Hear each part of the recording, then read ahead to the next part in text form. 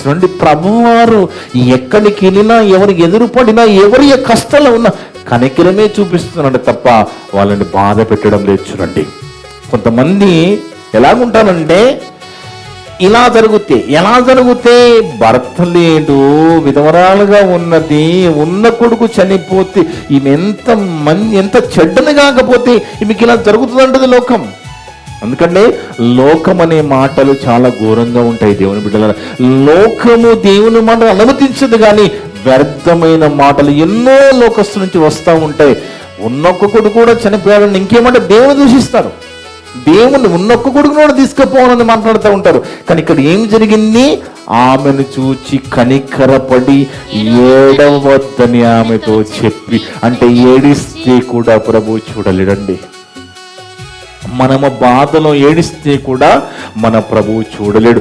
మన కళ్ళ ముందు ఎంతమంది ఏడుస్తుంటే మనము కూడా ఏడ్చే విధంగా, అందుకే దుఃఖపడువాడితో దుఃఖపడుడి, సంతోషపడువాతో సంతోషపడుడి, కానీ కీడుకు కీడు చేయకండి, హింసించకండి అని మనకి నేర్పిస్తుంది వాక్యం.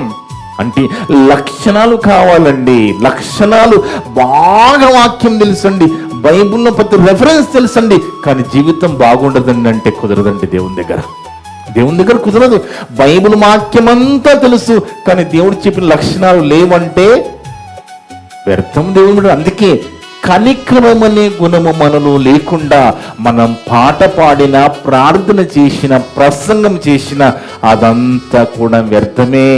అందుకే ఏడుస్తున్న ఆ విధవరాలను చూచి యేసు ప్రభు బాధపడ్డాడట. చదవమ్మ మాట మళ్ళా.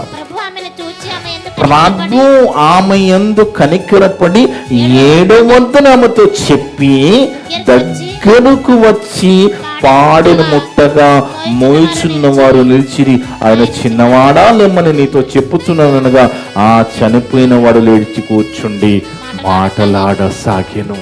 ఆలోచించండి, అంటే బాధలో ఉన్నప్పుడు కనికరం చూపిస్తున్నాడు.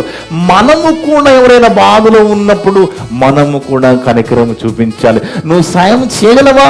ఖచ్చితంగా నువ్వు సాయం చేయవలసినదే.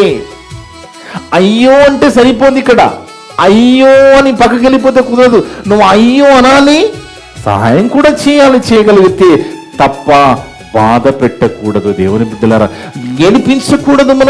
మన వలన ఎవరు కూడా ఏడవకూడదు. ఎందుకంటే మనము క్షమిస్తే క్షమిస్తాను అంటున్న దేవుడు, మనము కనికరము కలిగి ఉంటే మనం ధన్యులమని మాట్లాడుతున్నాడు కదా.